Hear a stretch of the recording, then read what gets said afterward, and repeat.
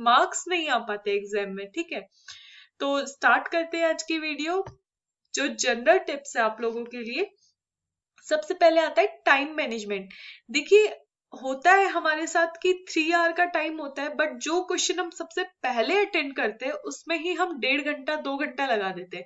उसे बिल्कुल सजा के लिखते हैं, उसको बिल्कुल डेकोरेट करके लिख रहे होते हैं, बट ये हम गलती कर देते हैं। फिर क्या होता है, हमें बाकी क्वेश्चंस करने के लिए टाइम नहीं बचता, हमारे क्वेश्चंस छूट जाते हैं। तो हमें क्या करना है, सबसे पहले टाइम डिवाइड कर लेना है, ठीक है। हमें क्वेश्चंस देखना है, कितने क्वेश्चंस दिए हुए हैं, उसके अकॉर्डिंग हमें टाइम डिवाइड कर लेना है और करेक्ट टाइम होने पे उस क्वेश्चन को छोड़ देना है। देखिए, आप लोग एक काम कीजिए, जब आप लोग ऐसा लगता है कि हाँ इस क्वेश्चन में और कुछ भी ऐड कर सकते हैं, तो आप हमेशा जो दूसरा क्वेश्चन स्टार्ट करें उसके बीच में 2-3 लाइन का या 4-5 लाइन का गैप छोड़ दिया कीजिए। जब लास्ट में टाइम आपके पास बच जाता है तो वापस आप जाके उसमें लिख सकते हैं, उस गैप में जो भी आपको लिखना था, ठीक है। तो सबसे पहले क्या करना है, टाइम डिवाइड कर लेना है आपको क्वेश्चंस के अकॉर्डिंग। दूसरी चीज, आपको क्वेश्चन पेपर डिवाइड करना है मार्क्स की वेटेज के अकॉर्डिंग, ठीक है। सबसे पहले आप उन क्वेश्चंस को अटेंड कीजिए, मेरी सजेशन है उन क्वेश्चंस को अटेंड कीजिए जिसमें मार्क्स कटने की पॉसिबिलिटीज बहुत कम होती है। फॉर एग्जाम्पल, अगर आपको मल्टीपल चॉइस क्वेश्चन सारे आते हैं तो आप सबसे पहले उन्हें अटेंड कीजिए। फिल इन द ब्लैंक्स, जो वन वर्ड आंसर्स आते हैं, वो अगर आपको सारे आते हैं तो आप उन्हें अटेंड कीजिए, क्योंकि उसमें मार्क्स कटने की पॉसिबिलिटी बहुत कम होती है, नहीं ही होती है अगर आपने सही आंसर दिया है तो। और दूसरी चीज, सेकंड में आप लोग उन क्वेश्चंस को अटेंड कीजिए जो ज्यादा मार्क्स के हैं, ठीक है। जैसे 15, 16, 17, 18 इन मार्क्स के क्वेश्चंस है, इनको अटेंड करिए। छोटे मोटे क्वेश्चन जो 2-3 मार्क्स के, 4-5 मार्क्स के, 7-10 मार्क्स का भी अगर छूट गया तो कोई दिक्कत नहीं है, बट जो ज्यादा मार्क्स के क्वेश्चन है वो अटेंड हो गए तो आप लोग के मार्क्स अच्छे आएंगे। तो दूसरी टिप क्या है, दूसरी टिप आप लोग के लिए ये है कि जो ये हेडिंग लिखी रहती है ना आप लोग के क्वेश्चन पेपर के ऊपर पे, इसे आप अच्छे से पढ़ लीजिए कि ये कहना क्या चाह रहा है। एक्चुअली होता ऐसा है कि स्टूडेंट्स इसे पढ़ते नहीं है और क्वेश्चन करने लग जाते हैं। अगर वहां पे कुछ ऐसा लिखा है अटेम्प्ट एनी, फिर कोई नंबर लिखा है 5, 4, 3 जो भी लिखा हुआ है, तो इसे आप पढ़ लीजिए कि कितने क्वेश्चन अटेम्प्ट करने को बोला हुआ है। कभी कभी ऐसा होता है स्टार्टिंग में, स्पेशली जब आप लोग स्कूल से कॉलेज लाइफ में जाते हैं तब ये होता है, मतलब जब पता नहीं होता है ना कि किस तरीके का पैटर्न आता है एग्जाम का, तब ये गलतियां कर लेते हैं हम लोग। जैसे अटेम्प्ट एनी 5 लिखा हुआ है तो 5 क्वेश्चन अटेम्प्ट करने हैं। अगर आपने इसे पढ़ा ही नहीं है और वहां पे 8 क्वेश्चन दे रखे, सबके सब अटेंड कर लोगे आप तो, है ना। तो दूसरा क्या लिखा रहता है, अटेम्प्ट ऑल क्वेश्चन, ये भी लिखा रहता है, ठीक है। और फिर क्या लिखा था, अटेम्प्ट 5, 4 जो भी लिखा हुआ है, लेकिन एक चीज लिखी हुई होती है कि क्वेश्चन नंबर जो भी दिया हुआ है इज कंपलसरी, कि ये वाला क्वेश्चन करना कंपलसरी है।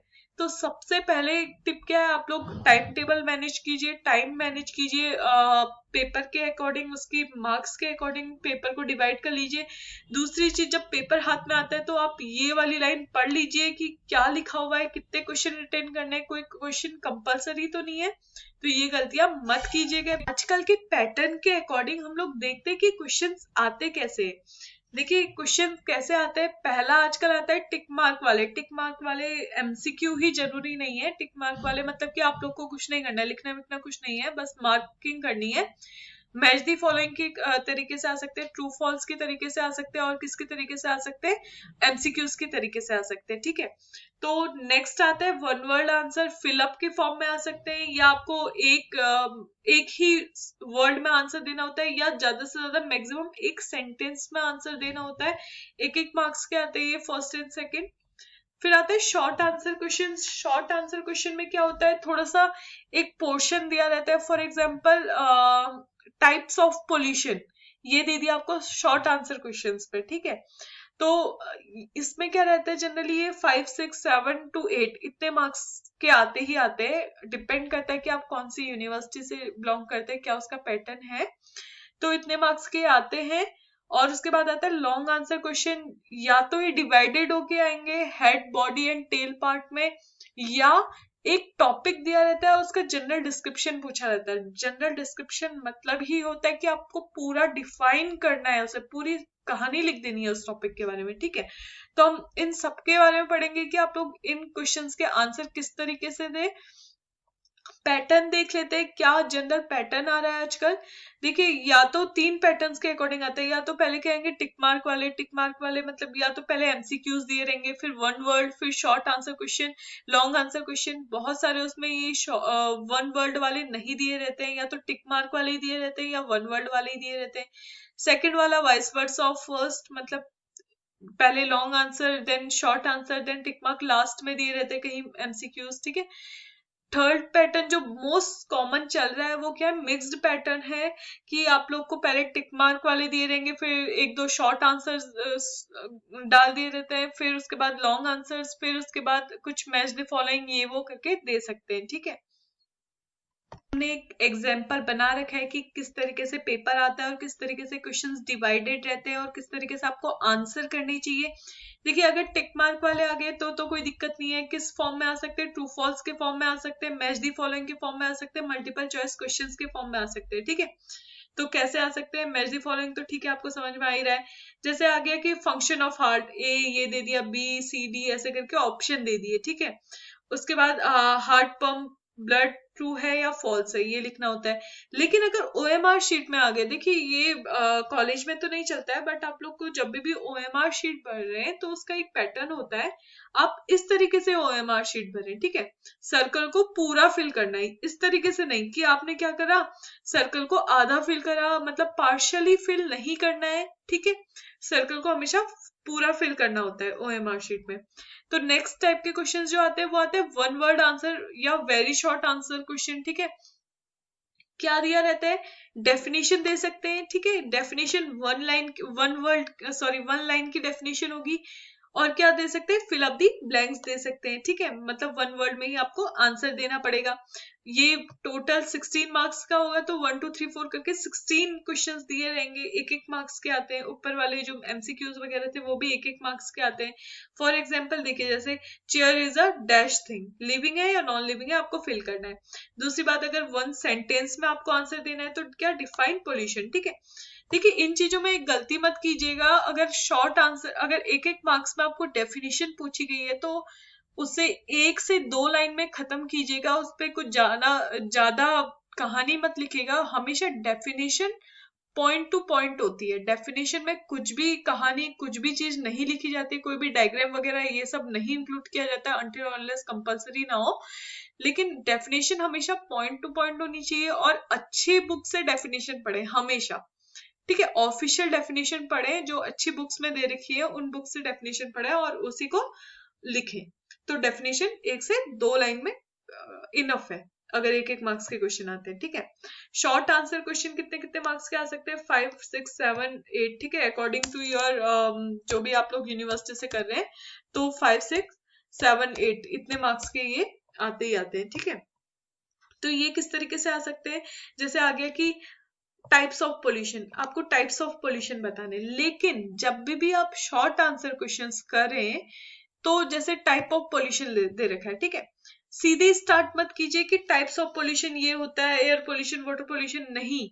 हमेशा जो टॉपिक दिया है उसकी डेफिनेशन से स्टार्ट करें। सबसे पहले स्टार्ट करें कि पोल्यूशन क्या होता है, ठीक है। 2 लाइन में इसकी डेफिनेशन दे दें, फिर नीचे से हेडिंग डालें कि क्या कहते हैं, the various type of pollutions are, ठीक है। आपने हेडिंग डाल दी, उसको अंडरलाइन कर लीजिए और नीचे से स्टार्ट कीजिए। कभी भी थ्योरी को कंटिन्यू मत लिखिए, पॉइंट वाइज चीजें लिखिए। पॉइंट वाइज लिखेंगे तो क्या होगा, थोड़ा सा पढ़ने में भी इजी रहेगा, क्योंकि इतनी लंबी चौड़ी कहानी कोई नहीं पढ़ता। उसके बाद जो आपको लग रहा है कि हाँ ये इम्पोर्टेंट है, इसे हाईलाइट, उसे हाईलाइट कीजिए, अंडरलाइन कीजिए, ठीक है। या किसी और पेन से लिख के उसे अंडरलाइन कर लीजिए। जैसे ब्लैक एंड ब्लू यूज करते हैं तो ब्लू पेन से लिखा हुआ है, कुछ इंपॉर्टेंट लगा उसे ब्लैक पेन से लिख के अंडरलाइन कर लीजिए। एग्जांपल के साथ देखते हैं, जैसे शॉर्ट आंसर क्वेश्चन में आ गया, what is the sources of impurity in pharmaceutical products, ठीक है। तो सीधे सोर्सेज ऑफ इम्प्योरिटी से शुरू मत कीजिए, पहले एक डेफिनेशन दे दीजिए कि इम्प्योरिटी होती क्या है, ठीक है। 2 लाइन की आपने डेफिनेशन दे दी, खत्म कीजिए बात।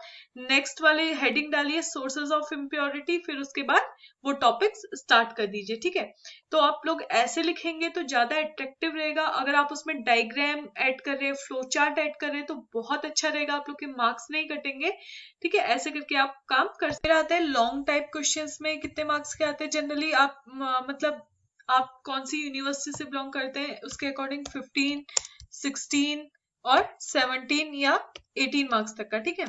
इतने मार्क्स के आ जाते हैं लॉन्ग टाइप क्वेश्चन। या तो ये क्वेश्चन एक सिंगल पॉइंट में दिए रहेंगे, उसमें क्या रहेगा, right general description about pollution. Description का मतलब ही होता है कि आपको डिटेल्ड थ्योरीज देनी है, ठीक है। आपको कुछ कुछ पॉइंट्स देखने पड़ेंगे। डिफाइन का मतलब क्या होता है? डिफाइन मतलब होता है कि आपको उस टेक्स्ट को या उस वर्ड को या उस सेंटेंस को डिफाइन करना है, ठीक है। वो ज्यादा लंबा नहीं जाएगा, उस पर कहानियां वगैरह नहीं लिखनी है, उतने का मतलब देना है, एग्जाम्पल दे सकते हैं। फिर आता है डिस्क्राइब। डिस्क्राइब का मतलब होता है कि आपको टोटल समरी देनी है, उसके मतलब टोटल जितना भी उसका कंटेंट है वो सब देना है। फिर दूसरी चीज मैं यही बोलूंगी कि आप लोग मार्क्स देख लीजिए पहले, ठीक है। अगर वो ज्यादा मार्क्स का है तो क्या करना है आपको, पूरा उसके कहानी लिख देनी है, मतलब पूरी जितना भी आप उसके बारे में जानते हैं वो सब चीजें लिख देनी है। फिर आता है डिस्टिंग्विश या डिफ्रेंशिएट, ठीक है। जब भी ऐसे क्वेश्चंस आते हैं तो हमेशा टॉपिक की पहले डेफिनेशन लिखिए, उसके बाद अपनी टेबल शुरू करिए, और जब भी आपको डिफ्रेंशिएट करना होता है तो हमेशा टेबल फॉर्म में करके उसे डिफ्रेंशिएट कीजिए, ठीक है। सीधे सीधे ऐसे डिफ्रेंशिएट मत कीजिएगा, हमेशा टेबल फॉर्म में ऐसे करके आप लोग डिफ्रेंशिएट कीजिएगा कि एक जगह पे जो भी लिखना है आपको, दूसरी जगह पे जो भी लिखना है उसे टेबल फॉर्म में डिफ्रेंशिएट करिएगा। फिर लॉन्ग टाइप क्वेश्चन में सेकंड टाइप कैसे आते हैं कि आपको एक ही क्वेश्चन ब्रेक करके दिया हो रहता है, ठीक है। जैसे है व्हाट इज पोल्यूशन, एक टॉपिक ये रह गया, टाइप्स ऑफ पोल्यूशन दूसरा ये रह गया, और कंट्रोलिंग मेजर्स तीसरा ये रह गया। एक क्वेश्चन 3 पार्ट्स में डिवाइडेड है, इसका मतलब ये नहीं होता कि जो मार्क्स है वो भी सिमिलर डिवीजन में रहे, ठीक है। हमेशा देखिए पोल्यूशन को 5 मार्क्स में देना मतलब व्हाट इज पोल्यूशन, ये तो नहीं हो सकता ना। तो इसका मतलब पोल्यूशन की डेफिनेशन 2 से 3 मार्क्स में दी होगी उनने। टाइप्स ज्यादा कंटेंट वाला है, ज्यादा लिखना पड़ेगा तो 5 to 7 मार्क्स तक का रहेगा, ठीक है। वैसे कंट्रोलिंग मेजर्स भी ज्यादा नहीं दे सकते आप, हार्डली एक पेज के दे सकते हैं, तो वो भी क्या 3, 4, 5 मार्क्स का हार्डली रहेगा, ठीक है। तो आप लोग हमेशा देखिए कि क्या है और उसी के अकॉर्डिंग अपना लिखिए, ठीक है। इसका मतलब ये नहीं कि व्हाट इज पोल्यूशन में भी आप 2 पेज भर रहे हैं, टाइप्स में भी 2 पेज भर रहे हैं, ऐसे नहीं। देखिए मार्क्स सिमिलर डिवीजन नहीं रहता है, ठीक है। एक और जो क्वेश्चन आता है कि इस इतने मार्क्स का क्वेश्चन है तो हमें कितने पेजेस भरने चाहिए, तो मैं आपको बता देती हूँ। जैसे आपके बहुत शॉर्ट आंसर क्वेश्चन है, 1 लाइन वाले आंसर है, ठीक है। उसमें 1 लाइन इनफ है, 2 से 3 लाइन बस, ठीक है। 1 मार्क्स का है तो 2 लाइन इनफ है, उससे ज्यादा नहीं लिखिए, ठीक है। शॉर्ट आंसर से अगर वो आपके कितने मार्क्स के आ गए, 5 मतलब 5, 6, 7, 8 इतने मार्क्स तक का अगर शॉर्ट आंसर्स आ गए तो 2 से 4 पेजेस इनफ है। उसमें भी आप डायग्राम ऐड कीजिए, फ्लो चार्ट ऐड कीजिए, ठीक है। और पॉइंट वाइज चीजों को लिखना शुरू कीजिए। थ्योरी कंटिन्यू मत लिखिए, कंटिन्यू थ्योरी कोई नहीं पढ़ता, वो कहानी जैसे कोई नहीं पढ़ता है। और जो जो इंपॉर्टेंट है उन्हें हाईलाइट करते हुए चलिए।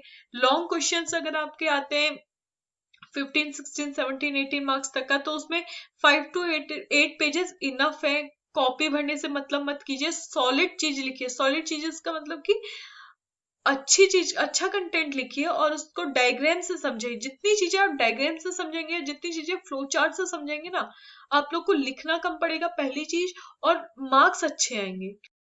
नेक्स्ट आता है क्या आपको करना चाहिए, क्या आपको नहीं करना चाहिए। अगर आपको ये इमेजेस दिख रही हैं तो आप ये पहली वाली इमेज देखेंगे कि इसमें जो स्टूडेंट है उसने पूरी कॉपी भर रखी है, ठीक है। तो ऐसे में कैसे एग्जामिनर मार्क्स दे देगा।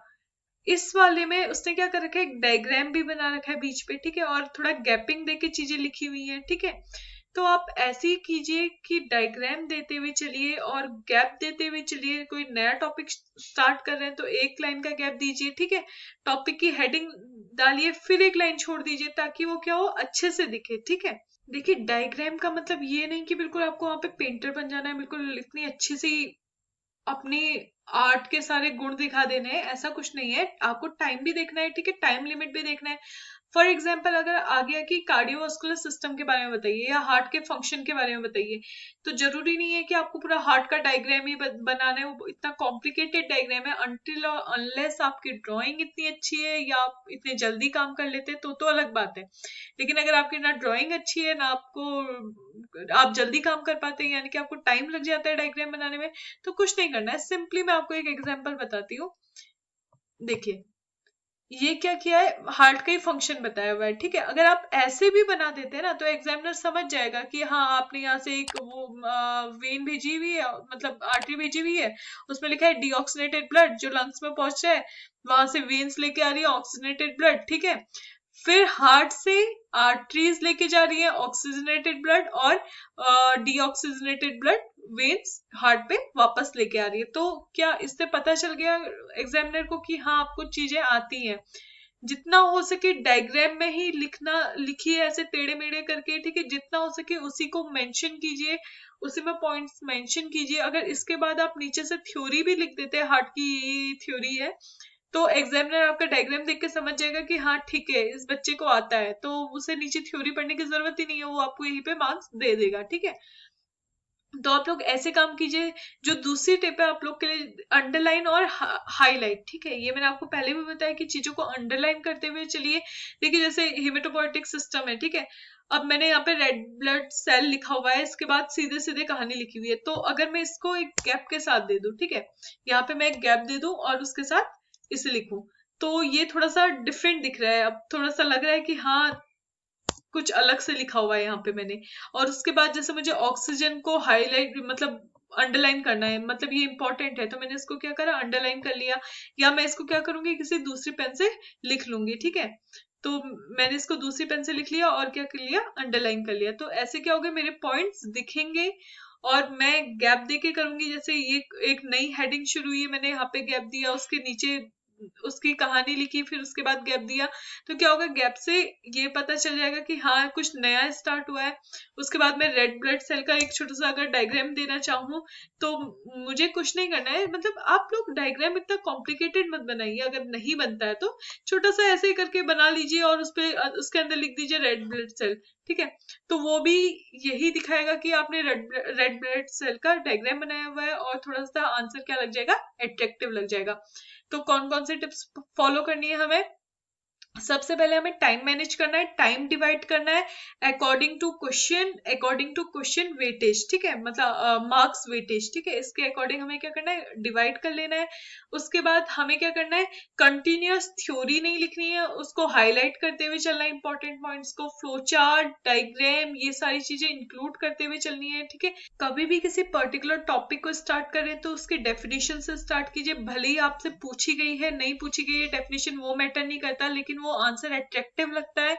पोल्यूशन के टाइप पूछे गए तो स्टार्टिंग में क्या करना है, पहले पोल्यूशन की डेफिनेशन लिखनी है, फिर उसके बाद टाइप्स। मतलब ये एक एग्जांपल है कि सबसे पहले आप क्या करेंगे, डिफाइन करेंगे जो टॉपिक है उसे, उसके बाद ही अपना कंटेंट शुरू करेंगे। हमेशा टेबल फॉर्म में लिखिए। अगर कुछ भी आपको एडवांटेज डिसएडवांटेज भी लिखना है ना, तो उसे भी टेबल फॉर्म में कीजिए, क्योंकि बहुत सारे कॉलेजेस में ऐसा होता है कि सेमेस्टर एग्जाम में आप लोग को बी कॉपी नहीं मिलती है और आपको एक ही कॉपी में सब कुछ लिखना होता है, ठीक है। तो हमेशा एडवांटेज डिसएडवांटेज या किसी के बीच में डिफरेंशिएट करना है तो उन्हें क्या करिए, टेबल फॉर्म में करते हुए चलिए, ठीक है।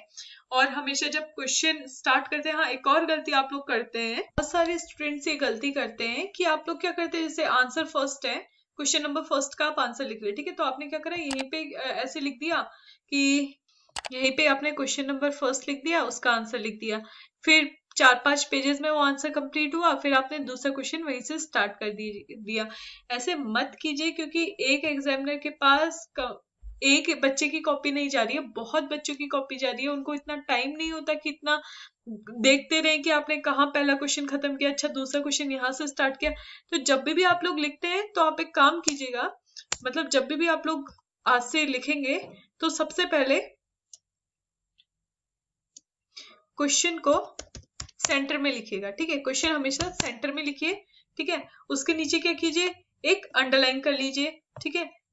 अंडरलाइन कर लीजिए या ऐसे दोनों साइड से एक ब्रैकेट बना लीजिए, एक लाइन छोड़िए, उसका आंसर लिखिए, ठीक है। जैसे ही आपका ये पहला क्वेश्चन खत्म हुआ, उसके बाद क्या कीजिए, क्वेश्चन नंबर सेकंड डालिए, ठीक है। क्वेश्चन नंबर आपने सेकंड डाला, उसे भी क्या करा, अंडरलाइन कर लिया, ठीक है, अंडरलाइन कर लिया, और फिर नेक्स्ट क्वेश्चन स्टार्ट करा, ठीक है। तो जब आप ऐसे सेंटर में लिख के उसको थोड़ा सा अलग से अंडरलाइन वगैरह करके या थोड़ा सा अलग पेन से लिखेंगे ना, तो पता चल जाएगा कि हाँ नया क्वेश्चन स्टार्ट हुआ है। तो ये कुछ टिप्स। और हाँ, बहुत बार ऐसा रहता है कि आप लोग का क्वेश्चन आउट ऑफ सिलेबस आ जाता है, ठीक है, और बच्चे परेशान रहते हैं कि ये तो आउट ऑफ सिलेबस है, ये तो था ही नहीं। एग्जामिनर को भी पता होता है वो क्वेश्चन आउट ऑफ सिलेबस ही है। आप अगर वो कंपलसरी क्वेश्चन है तो उसे अटेंड कीजिए, क्योंकि एग्जामिनर अगर आप गलत भी अटेंड करें तो भी उसमें मार्क्स देने वाला है, क्योंकि उसे भी पता है कि वो आउट ऑफ सिलेबस है, ठीक है।